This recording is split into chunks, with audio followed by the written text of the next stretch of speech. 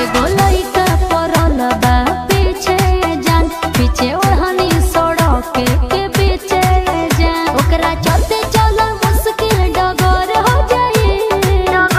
सुना जहिया अजब तहार डर हो जाई तू जान हो तोहरेला मर्डर हो जाई तू जान हो तोहरेला मर्डर हो जाई। साज कहत रहनु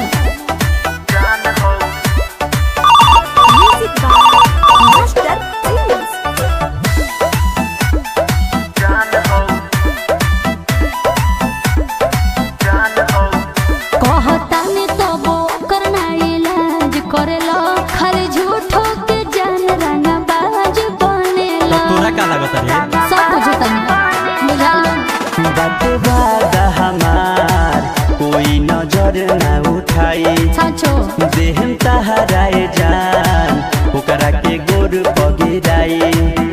कुछ करना तो राजा गड़बड़ हो जाई। तो आदेश करो जहिया अजब तहार डर हो जाई तू जान हो तोहरेला मर्डर हो जाई तू जान हो तोहरेला मर्डर हो जाई।